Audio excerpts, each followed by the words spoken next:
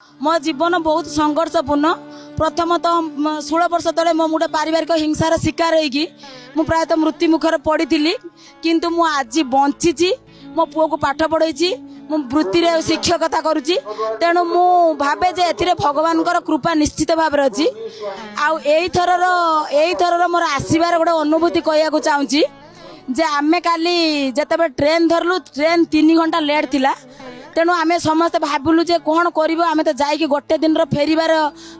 रखीचु आम कौन करूँ किंतु हठात किना एमती है जे ट्रेन आसला आम 9टार आसिलु